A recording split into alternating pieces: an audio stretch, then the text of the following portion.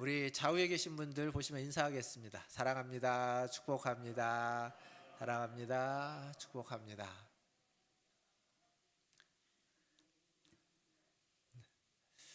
예. 누가복음에 보면 탕자의 이야기가 있죠. 탕자의 이야기가 있습니다. 집을 떠난 아들에 대한 이야기입니다. 여러분 그런 생각 해보셨습니까? 그 아들이 왜 집을 떠났을까? 그냥 못돼 넘어간 아들 이렇게만 얘기하기에는 다른 이유가 있을 수도 있잖아요. 집에 무슨 불만이 있었다거나 아니면 밖의 사상에 대한, 집을 떠난 어떤 다른 나라에 대한 호기심이 많은 그런 모험가 스타일이었거나, 아니라면 어떤 유혹이 있었거나. 근데 이제 그런 이유를 참작한다기보다는 다양한 이유 때문에 그가 갔을 건데, 그가 가서 그 이웃 나라에 가서 아버지의 유산을 물려받은 걸 우리가 어떻게 썼다고 알고 있죠? 탕진하였다. 허랑방탕하게 탕진했다. 그러니까 그렇게 놓고 보면 어떤 내적 불만도 있겠지만 호기심보다는 내적 불만 혹은 어떤 유혹에 빠져 있었을 가능성이 더 큰 것 같습니다. 근데 그렇게 집을 떠났어요. 근데 그 이야기는 다시 어떻게 이어지냐면 집으로 다시 돌아오게 됩니다.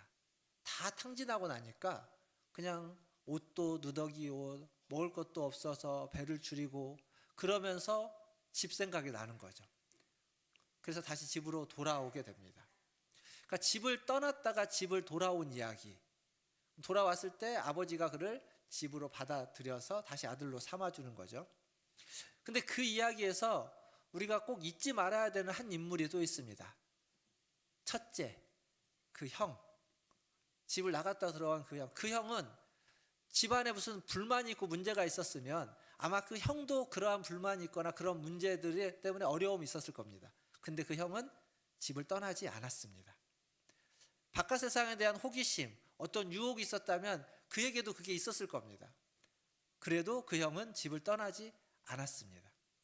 이건 굉장한 노력이에요.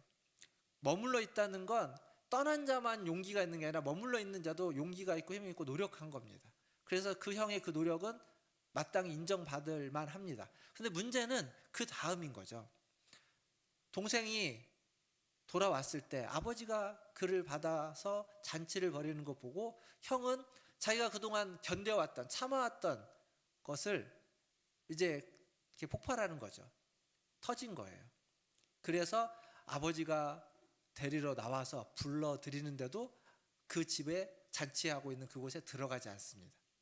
그러니까 지금 동생은 집에 들어왔는데, 다시 돌아왔는데 형은 집을 나간 꼴이 되어버린 거예요. 그러니까 이 탕자의 이야기는 어찌 보면 그 끝은 굉장히 슬픈 이야기입니다. 한 사람은 돌아왔지만 한 사람은 돌아오지 않는 상태로, 집을 나간 상태로 끝나버리게 된 이야기입니다. 이 이야기는 뭐 여러 가지 얘기들을 할 수 있지만 집에 대한 어떤 갈망이, 집에 대한 우리의 인식을, 집과 우리의 관계들을 얘기해 줍니다. 어떤 모든 사람은요, 돌아가고 싶은 집을 필요로 합니다. 그리고 돌아가야만 하는 집을 원하기도 합니다. 그런 갈망이 있는 거예요. 그럼 그런 집은 어떤 집일까? 모든 사람이 돌아가고 싶고 돌아가야만 하는 집은 과연 어떤 집일까? 우리가 교회에서 쓰는 많은 용어 중에 그런 표현 있죠. 본향이라는 말을 합니다. 본향. 본향으로 돌아간다. 어쩌면 그 본향이 돌아가야만 하는 집, 모든 사람에게 돌아갈 수밖에 없는, 돌아가고 싶은 그러한 집을 표현하는 하나의 단어가 본향이 아닐까 싶은 생각이 듭니다. 오늘은 이거에 대해서 좀 같이 생각해 볼 건데, 그러니까 많은 집들이 있지만 그 중에 본향 같은 집, 오늘 설교 제목이 집들의 집이죠. 집들 중에 많은 집들 중에 정말 참다운 집, 본향과 같은 그 집이 무엇인지를 좀 같이 생각해 보고 어떻게 그것들을 우리가 이해하고 받아들일 수 있을까? 오늘 말씀은 사실 요한복음과 요한계시록을 이렇게 좀 말씀 구절 몇 가지 찾아보면서 갈 겁니다. 그래서 요한복음 이야기를 했다가 계시록 얘기를 했다가 같은 저자인데 약간 다르게 표현한 것. 하지만 다르게 표현하긴 했지만 같은 얘기를 하고 있다는 것, 그거 좀 기억하시면서 말씀을 들으면 좋겠습니다.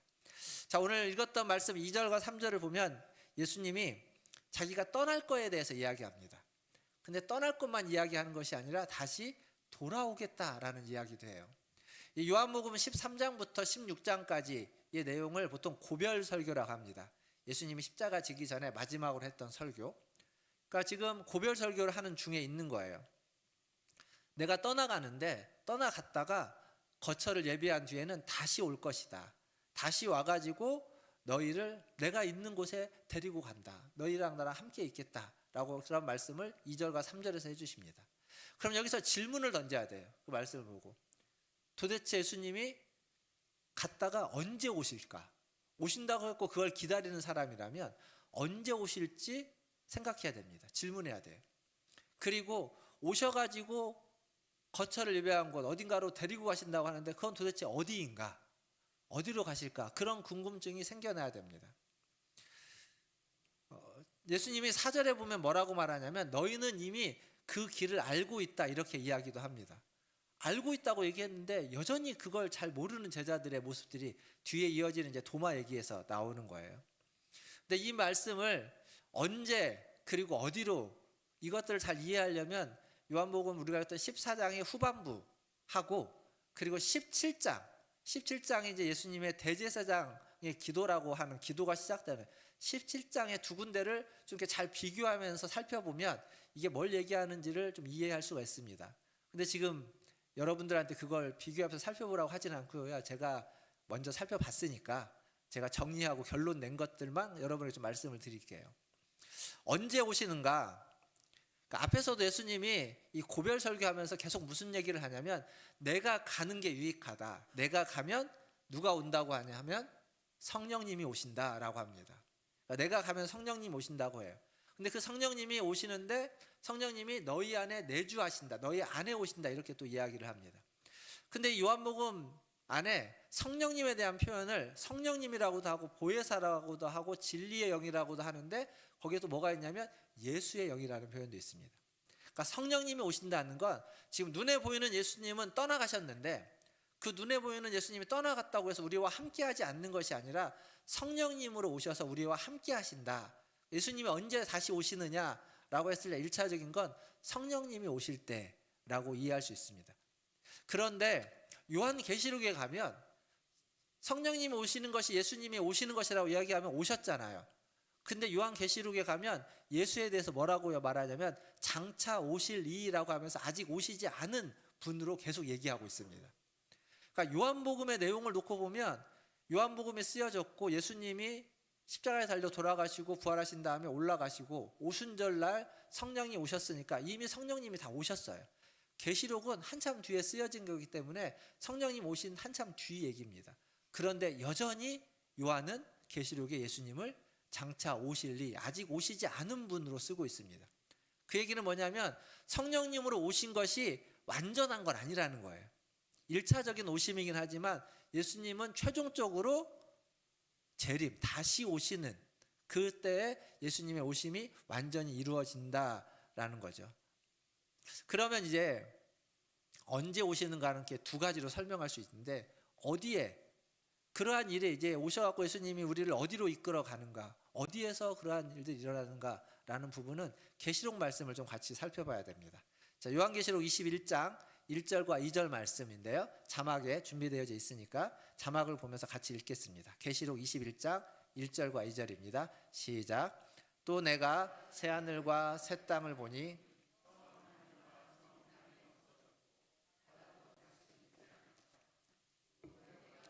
거룩한 성 새 예루살렘이 하나님께로부터 하늘에서 내려오니 그 준비한 것이 신부가 남편을 위하여 단장한 것 같더라. 아멘. 자, 새 하늘과 새 땅 그리고 거룩한 성 예루살렘 계시록 작년에 설교하면서 마지막 부분에 많이 말씀드렸던 거죠. 표현은 다른데 새 하늘과 새 땅이나 거룩한 성 예루살렘이나 같은 곳이다라고 이해하시면 됩니다. 근데 이 요한계시록은 하나님의 집에 대한 어떤 개념을 이야기할 때 그 앞에서 요한복음이라든지 이런 데서 이야기한 것보다 훨씬 더 마지막 종말론적으로 더 풍성하고 영광스러운 이야기들을 합니다. 그 대표적인 게 새하늘과 새 땅, 거룩한 성 예루살렘이죠.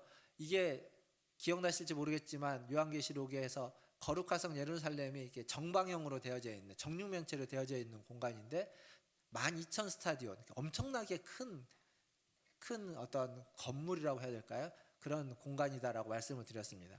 그러니까 이 새하늘과 새 땅은 성부, 성자, 성령, 삼위 하나님과 우리가, 하나님의 백성이 거할 곳이고, 그리고 그것은 거룩한 성 예루살렘이라고 이야기할 수 있는 곳인데 매우 큰 하나님의 집이다. 우리가 지금 하나님의 집이라는 주제로 하니까요, 표현을 바꿔보면 매우 큰 하나님의 집이다. 성부, 성자, 성령과 함께 거하는 것이죠.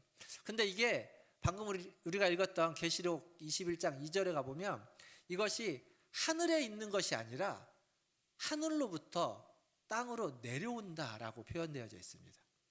그러니까 하나님과 함께 거하는데, 하나님과 함께 거하는 곳이 우리가 가는 하늘 어딘가에 있는 것이 아니라 하늘에서 이 땅으로 내려온다, 이렇게 되어져 있습니다.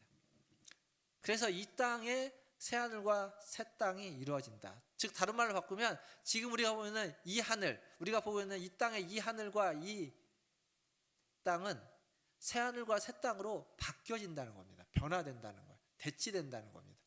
계시록에 있는 말씀처럼 이제 있는 지금 이곳에 이것들은 다 사라지고 새하늘과 새 땅만 남게 되는 거죠. 그곳에서 예수님과 하나님과 성령님과 우리가 함께 있게 된다라는 겁니다. 그러니까 예수님이 가셔가지고 거주할 곳을 예비한다고 하는 것이 우리가 이제 어딘가로 멀리 가가지고 있는 그것들을 의미하는 것이 아니라 지금 예수님이 그것을 가지고 이 땅에 오셔서 이 땅을 새롭게 하고 이 땅에 있는 우리들이 그 새로움에 우리도 새롭게 되는 거죠. 우리도 새롭게 되어서 주님과 함께 거하게 된다라는 이야기를 지금 하고 있는 겁니다. 결국 중요한 것은 지금 있는 우리가 보고 있는 하늘과 땅, 그리고 우리에게 변화되어져서 새롭게 하늘에서 내려오는 새하늘과 새 땅, 이걸 연결해주는 연결고리가 예수 그리스도의 다시 오심이라는 거예요. 예수님이 재림하는 것, 다시 오시는 것들을 통해서 마치 문을 열고 닫고 하는 경첩의 역할을 하는 것처럼 닫혀진 문이 그 예수님의 다시 오심으로 열려져서 새하늘과 새 땅을 경험하고 하나님과 함께 할 수 있는 것들을 경험하게 된다는 겁니다. 물론 예수님은 이미 그 일을 오래전에 하셨어요. 역사 가운데 오셔서 예수님은 자신의 일을 하셨습니다. 그리고 그 일을 하늘로 올라가시면서 성령님을 통해서 누구에게 맡겨졌냐? 교회에 맡겨졌습니다. 그래서 교회는 예수님이 하신 그 일을 지금 하고 있는 겁니다. 그걸 뭐라고 말하냐면 선교라고 합니다. 선교. 그러니까 교회는 선교라는 사명을 가지고 있는 거예요. 교회에 맡겨진 중요한 사명입니다. 그 일을 계속 해오고 있고 그 일은 예수님이 다시 오시는 그날까지 계속 해야만 하는 일입니다. 그리고 마지막 예수님이 최종적으로 다시 오셔서 그 선교의 마지막 장을 열어가는 거죠. 마지막 문을 열고 완성시켜 가는 겁니다. 그러니까 지금 우리가 하고 있는 일, 그리고 예수님이 처음 오셔서 하셨던 일, 그리고 마지막에 예수님이 오셔서 하시는 일이 다른 일이 아니에요. 똑같은 일입니다. 같은 일을, 그 선교라고 하는 같은 일을 예수님은 처음 오셔서 시작하셨고, 그리고 우리는 그걸 받아서 성령님과 함께 그 일을 해오고 있고, 그리고 마지막에 예수님이 다시 오셔서 그 일을 완성시키실 겁니다. 그날에 거룩한 성 예루살렘, 거룩한 도성이 이 땅에 내려올 것이고, 그리고 마지막 그날에 우리는 그곳에서 삼위 하나님과 함께 기뻐하고 즐거워할 겁니다. 중요한 건 예수님의 부활이라는 게 우리에게 보여주고 말해주는 것은 그 일이 반드시 분명히 확실하게 있다라고 하는 것들을 예시해주는, 또 약속해주는 하나의 사건이라는 겁니다. 부활. 계시록에 가보면 예수님은 죽은 자들의 첫 열매, 첫 번째 부활로서 계시록 1장 5절에 이야기하고 있습니다. 그러니까 보여주고 있는 거예요. 부활을 통해서. 물론 우리는 그 부활하신 주님을 보지 못했죠. 부활하신 주님을 본 건 일부의 사람들입니다. 소수의 사람들입니다. 그러나 그들을 통해서 우리는 증언을 들었고 듣고 있고, 그게 지금까지 그것이 이어져 오고 있고, 우리가 보고 있는 하나님의 말씀인 성경은 그 증언을 기록한 책이다라는 거죠. 그런데 이 죽음이라는 문제, 부활이 그걸 극복했지만 사실 죽음이라는 문제는 그럼에도 불구하고 우리가 살아가고 있는 현실에 우리의 삶의 인생에 있어서 가장 큰 문제입니다. 그렇지 않습니까? 죽음보다 더 두렵고 무섭고 죽음보다 더 큰 문제가 어디 있겠습니까? 물론 신앙을 가지고 있는 분은 죽음이 그렇게 두렵지 않을 수 있습니다. 왜냐하면 죽음 이후에 우리가 어떠한 곳에서 어떠한 삶을 누리고 그런 약속을 믿기 때문에 죽음이 뭐 아플 수는 있고 조금 이렇게 그런 게 있을 수는 있겠지만 그렇다고 그걸 그렇게 무서워하거나 두려워하지는 않습니다. 하지만 인생을 놓고 보면 죽음이라는 문제는 큰 문제인 건 분명합니다. 그리고 그런 믿음이 없는 분, 교회를 다녀도요 죽음을 두려워하는 분들이 굉장히 많습니다. 그런 믿음이 없는 분, 두려워하는 분들에게는 이건 굉장히 큰 문제예요. 근데 성경은 죽음보다 강한 게 있다고 이야기합니다. 죽음보다 강한 것 뭘까요? 사랑입니다. 사랑. 죽음보다 강한 사랑. 예수님이 보여주신 거예요. 예수님이 십자가를 지러 가는 그 길을 죽음보다 사랑이 강하다는 것을 분명하게 사람들에게 보여준 겁니다. 십자가를 지기 위해서 그가 갔던 그 길, 그 고통을 당했던 그 길은 그 죽음을 이긴 사랑의 승리를 보여주는 길이다라고 말할 수 있습니다. 그러니까 그리스도인은요, 그래서 예수를 따른다라고 할 때 그리스도인은 그 길을 따라가는 겁니다. 죽음보다 사랑이 더 크다라는 것을 몸소 보여준 예수님을 따라서 우리도 죽음보다 사랑이 크다라는 것을 믿고 그렇게 따라가는 거죠. 사실 성경도 그걸 이야기합니다. 요한복음 15장 13절에 가보면 성경도 그 사랑이 얼마나 큰지 큰 사랑에 대해서 이렇게 이야기합니다. 한번 같이 읽어볼까요? 15장 13절입니다. 시작. 사람이 친구를 위하여 자기 목숨을 버리면 이보다 더 큰 사랑이 없나니.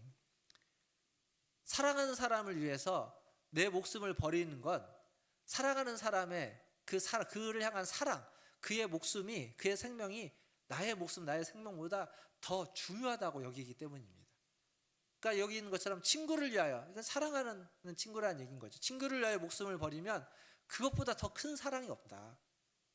그건 엄청나게 큰 사랑이라는 겁니다. 근데 제가 이제 13절을 읽었잖아요. 12절에 가보면, 15장 12절에 가보면 이런 말씀이 있습니다. 12절 말씀도 한번 같이 읽어보겠습니다. 시작. 내 계명은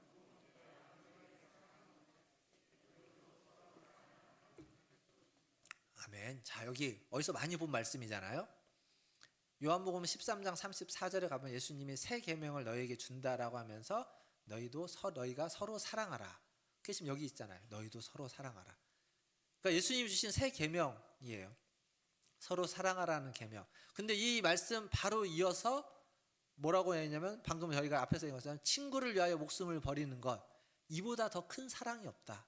서로 사랑하라고 이야기하고 이보다 더 큰 사랑이 없다라고 하면서 사랑을 보여주는 건 그 서로 사랑에 대한 새 계명을 실천하는 것에 대한 하나의 예시입니다. 하나의 예시. 그리고 그 계명을 성취하고 그 계명에 순종하는 하나의 방법으로서 제시해주고 있는 겁니다. 그런데 여러분, 아까도 이제 얘기했지만 죽음을 두려워하지 않을 수는 있는데 죽음이 큰 문제인 건 사실이고, 그리고 다른 사람을 위하여 내 목숨을 버릴 수도 있지만, 그러나 그냥 죽기를 바라는 사람은 그렇게 많지 않을 겁니다.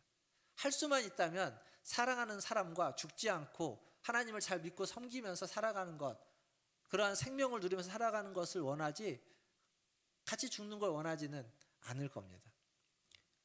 그러면 정말 우리가 필요로 하는 건 생명의 충만함이겠죠. 내 생명을 버려서라도 저 생명이 충만하기를 바라는데, 저 생명도 충만하고 내 생명도 충만한 것, 그것이 정말 더 궁극적인 소망일 겁니다. 그것을 예수님이 부활을 통해서 아까 보여줬다는 거예요. 생명이, 죽은 자도 살아나는 것, 생명이 없는 것처럼 보여지는 그 자에게도 생명이 충만해질 수 있다는 것들을 예수님이 보여준 겁니다. 그게 부활이고, 그게 계시록에 가면 그걸 생명나무라는 표현을 쓰고, 복음서에서, 요한복음에서는 이런 표현을, 생명을 너에게 주는데 너에게 풍성하게 넘치도록 주었다라는 표현을 쓰면서 생명이 풍성한 것, 생명이 넘치는 것을 우리에게 주기를 원한다라고 반복해서 이야기하고 있습니다. 사랑하는 성도 여러분, 여러분에게 이러한 풍성한 생명이, 부활의 충만한 생명이 넘치기를 주님의 이름으로 축원드립니다. 그러면 그 생명을 가지고 뭘 해야 되냐면 기꺼이 다른 사람을 사랑해야 됩니다. 서로 사랑하라는 명령. 그 큰 사랑을 실천할 수 있어야 됩니다. 필요하다면 그 생명을 나눠줄 수도 있어야 되겠죠. 그래서 그 큰 사랑을 실천하고 서로 사랑하라는 새 계명 또한 실천하는 우리 모든 문화전쟁교회 성도들 되기를, 그래서 그러한 생명을 나누는 그러한 축복을 받는 우리 모두가 되기를 주님의 이름으로 축원드립니다. 예수님이요, 이 땅에 오신 이유를 이야기할 때 예수님은 이 땅에 오신 이유는 세상을 심판하기 위한 것이 아니라 구원하기 위하여 왔다라고 이야기합니다. 그런데 이 구원이라는 건 불가피하게 구원의 어떤 결과 중에 하나로 심판이 있을 수밖에 없습니다. 심판과 구원은 그래야 뗄래야 뗄 수 없는 일이에요. 그런데 예수님이 이 말씀을 하셨던 구절이 하나 있는데 요한복음 12장 47절을 한번 같이 읽어보겠습니다. 이와 관련된 말씀인데요. 잘 한번 같이 읽어보세요. 47절 시작. 사람이 내 말을 듣고 지키지 아니할지라도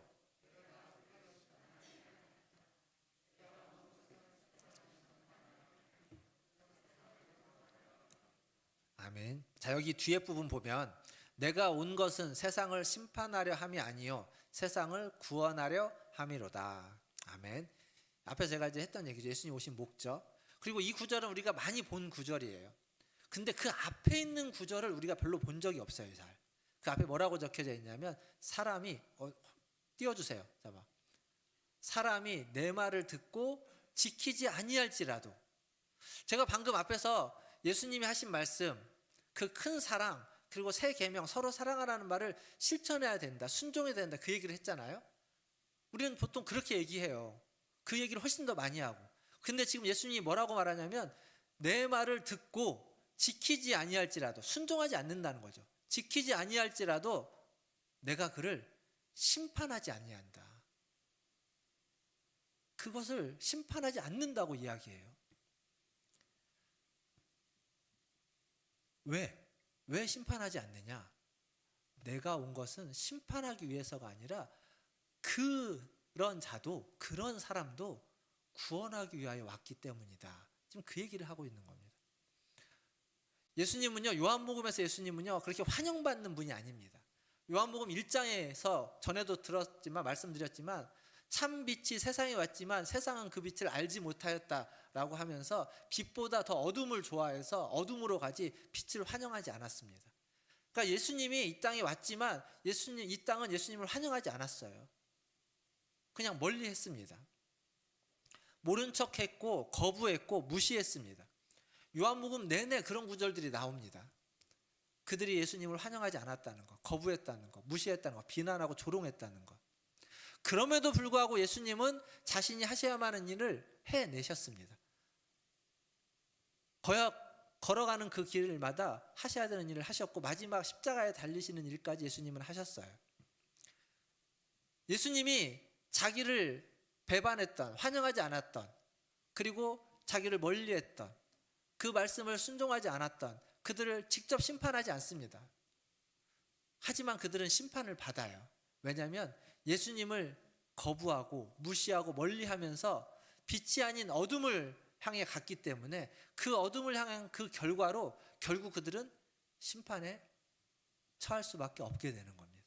예수님이 직접 심판하지는 않지만 예수님을 멀리하는 자들, 거부하고 모른 척하고 무시하는 자들, 예수님이 가셨던 그 길을 따라가지 않고 그 길로부터 떨어져서 멀리 반대로 가는 자들은 마침내 결국은 심판을 받을 수밖에 없는 상황에 처하게 되는 겁니다. 근데 이러한 사람의 운명을 주님은요 사람의 손에만 맡겨두지는 않습니다. 무슨 얘기냐면 어떤 사람은요 하나님의 말씀에 반응을 해서 그 말씀을 이끄는 대로 살아가는 사람이 있습니다. 반대로 어떤 사람은 매우 일상적인 삶을 살아가다 보니까 일상 속에서 그런 죄악에 물들어 있는 그런 삶의 패턴을 쫓아가다 보니까 예수님으로부터 멀어지는 사람도 있습니다. 근데 이게 사람으로 구분할 수도 있지만 같은 사람이 어떤 때는 말씀에 반응해서 말씀에 이끌리는 삶을 살 때도 있고, 어떤 사람은 그냥 나도 모르게 일상적인 삶을 살다가 말씀으로부터 멀어져서 예수님으로부터 멀어지는 삶을 살 때도 있습니다. 그러니까 이 얘기는 무슨 얘기냐면, 우리의 삶이라는 게 다양하기 다 다르면서도 각자의 삶이 아주 복잡하다는 거예요. 단순화시킬 수 없다는 겁니다. 수많은 일들이 우리 가운데 벌어진다는 거예요. 그리고 그 수많은 압력이라고 할 수 있죠. 영향력이 우리에게 있다는 거예요. 오늘 여러분 말씀 노트에 보면 이제 이 부분을 뭐라고 적어놨냐면 교차 압력이라고 적어놨습니다. 교차 압력. 그러니까 여러 가지 일들이 벌어지는 거예요. 그리고 그것들이 우리에게 영향력을 끼치고 있습니다. 요한복음 5장하고 계시록 20장에 가보면 마지막 심판에 대한 모습이 나옵니다. 요한복음 5장에는 어떤 식으로 표현하고 있냐면, 선한 일을 행한 자, 선한 일을 한 사람은 부활하여 생명을 얻고 악한 일을 한 사람은 심판을 받는다, 이렇게 나옵니다. 그리고 요한복음 20장에 가보면 그 마지막, 보통 우리가 백보자 심판 이런 얘기를 하잖아요. 흰 보좌에 주님이 앉으셔서 그 사람들을 심판하는데 자기가 행한 행위대로 심판한다, 그렇게 이야기하고 있습니다. 근데 이 두 말씀을 이렇게 가만히 보면 마치 주님은 심판정에 앉아가지고 선한 일을 하나 악한 일을 하나 받다가, 선한 일을 행했던 자는 그래 너는 선한 일을 했구나, 그러니까 부활과 생명을 주고, 너는 악한 일을 했네, 그러면 너는 심판받아서 너는 벌을 주고, 이렇게 하는 약간 제3자적인 입장에서, 방관자적인 입장에서, 재판장 같은 입장에서 서 있는 것처럼 생각하게 됩니다. 말씀이 그런 뉘앙스가 있어요. 그러나 주님은 그런 분이 아니십니다. 주님은 그냥 우리가 잘하나 못하나 이렇게 잘 보다가 못하면 한 대 때리고 잘하면 칭찬해주고 그런 분이 아니시라는 거예요. 하나님은요, 우리가 선택할 때, 우리가 무엇인가 결정해야 될 때, 아까 교차 압력처럼 아주 다양한 압력을 받고 있는 우리들, 그래서 그것에 따라서, 그런 영향에 따라서 때로는 옳은 선택을 하지만 때로는 그렇지 못한 선택을 하는 그러한 죄인일 수밖에 없는 우리들을 요한복음은 계속 뭘 얘기하고 있냐면, 사도 요한은 사랑한다고 이야기하고 있습니다.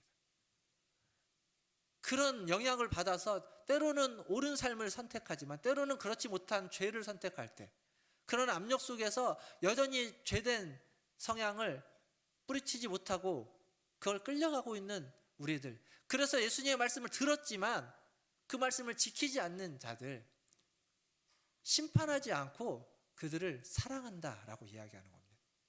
그래서 요한복음 13장에 예수님이 하셨던 말씀 중에 제자들을 사랑하는데 끝까지 사랑한다라는 말씀도 있잖아요. 그냥 우리가 선택할 때까지 지켜보다가 잘못 선택하면 우리를 혼내고 파멸시키는 분이 아니라, 예수님이 지신 그 십자가는, 그 십자가를 향한 사랑의 실천은 죄인인 자들을 끝까지 사랑하는 모습이었던 거예요. 우리가 너무도 잘 아는 얘기입니다. 그걸 제가 좀 다르게 여러분에게 표현하는 거예요. 그걸 통해서, 그 사랑을 통해서 다시 하나님의 집으로 돌아오게 만드는 거죠. 다시 하나님의 집을 세워가고자 하는 것들입니다.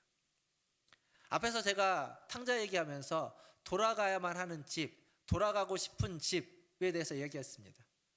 어떤 집이든 그러한 집이 되어야 됩니다.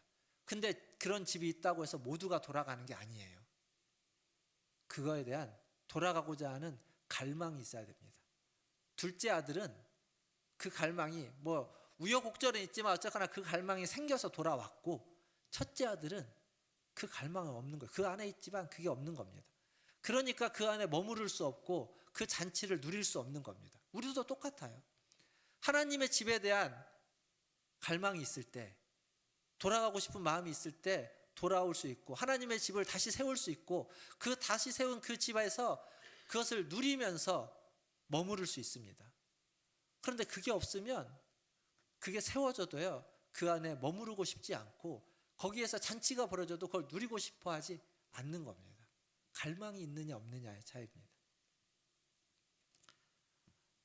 사랑하는 성도 여러분, 많은 집들이 있지만 참 집, 본향이라고 얘기할 수 있는 그 집, 그 하나님의 집을 갈망하시고 그 하나님의 집을 다시 세우는 일에 함께 하시고 그리고 그 집에 머무르면서 그 집 안에서 벌어지는 하나님의 은혜 잔치와 축복을 누리시기를, 여기 있는 우리 모든 성도들이 그걸 누리는 그러한 성도님들이 다 되시기를, 그러한 하나님의 자녀들, 가족, 식구가 되시기를 주님의 이름으로 축원드립니다. 말씀을 맺겠습니다. 하나님은요, 처음 하나님의 집은 에덴 동산이라고 할 수 있습니다. 에덴 동산, 거기에 아담과 하와를 두셨습니다. 근데 이 아담과 하와가 하나님의 말씀을 어기면서 그 에덴 동산, 하나님의 집을 망가뜨려 버렸습니다. 그리고 쫓겨났죠. 이 얘기는 무슨 얘기냐면, 사람이요, 하나님의 집을 망가뜨릴 수 있다는 얘기입니다. 근데 반대로 그렇다면 사람이 하나님의 집을 다시 세울 수도 있다는 겁니다. 하나님의 집이기에 하나님만 세울 수 있다면 우리의 할 일은 아무것도 없을 거예요. 그러나 사람이 하나님의 집을 망가뜨린 것처럼 사람이 하나님의 집을 다시 세울 수도 있다라는 얘기입니다.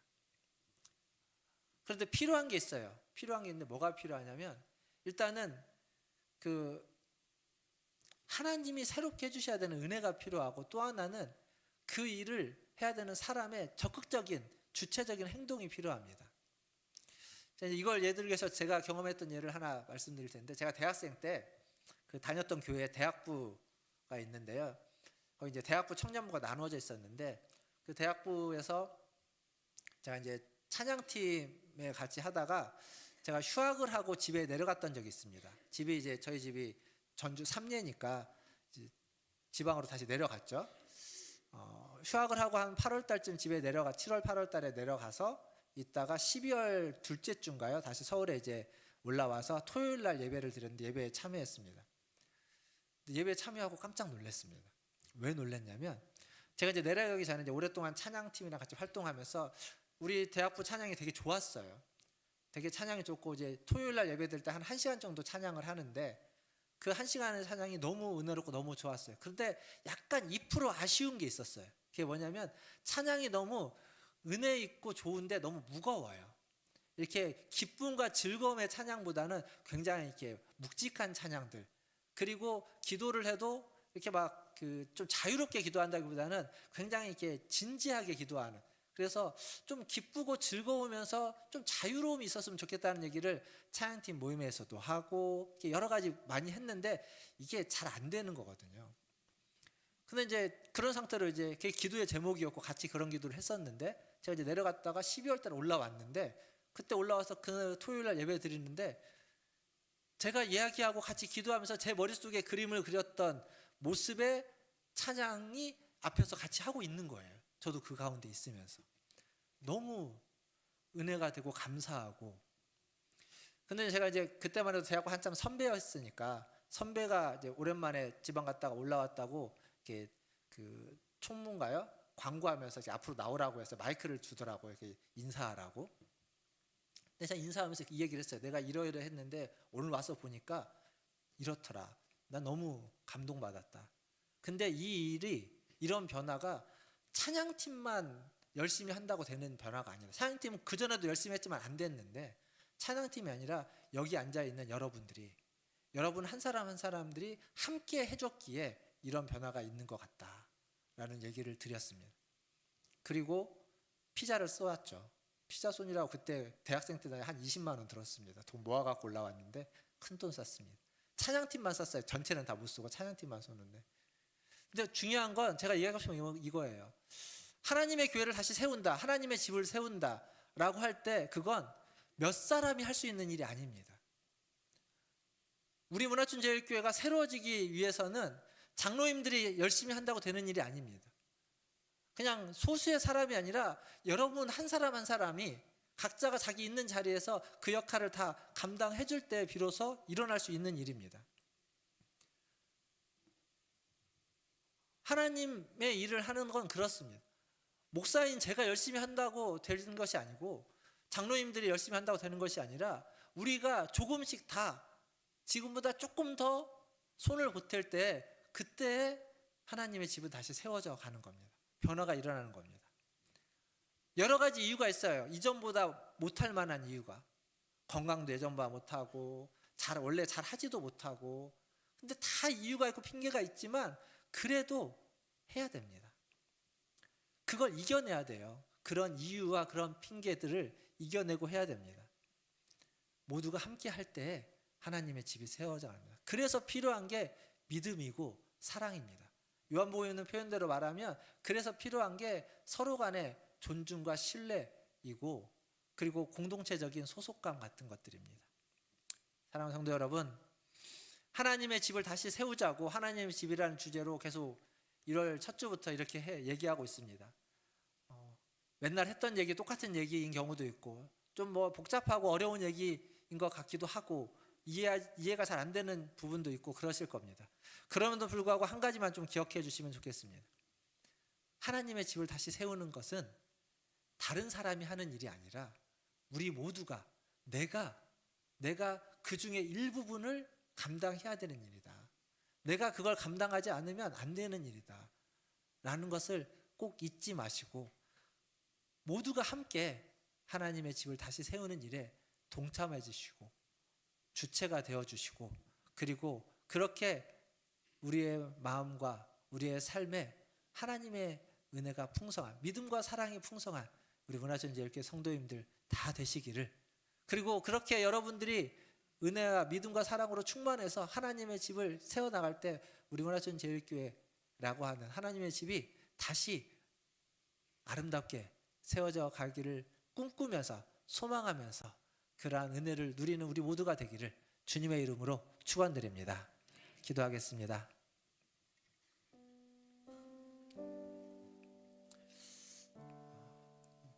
하나님의 집을 세우는 일이 우리가 맨날 제가 설교하면서 마지막에 그런 얘기하지만 다 아는 얘기들이었습니다. 그럼에도 불구하고 중요한 건 그 일을 내가 해야 됩니다. 다른 사람이 해주는 게 아닙니다. 여러분이 여러분의 일을, 여러분의 역할을 해줄 때, 그럴 때에 그것이 모아져서 하나님의 집이 아름답게 세워질 것입니다. 우리 시간 기도할 때에는 하나님, 내게 주신 주님의 일은 무엇입니까? 내가 할 수 있는 일은 무엇입니까? 다른 사람을 신경 쓰지 않고 주님만 신경 쓰면서 내가 할 수 있는 일은 무엇입니까? 그걸 할 수 있게 하여 주시고 그걸 할 수 있는 믿음을 주시고 용기를 주시고 은혜를 베풀어 주시옵소서. 우리 같이 한 목소리로 기도하며 나가겠습니다. 기도합니다. 하나님 아버지, 이 시간 하나님의 은혜를 구합니다.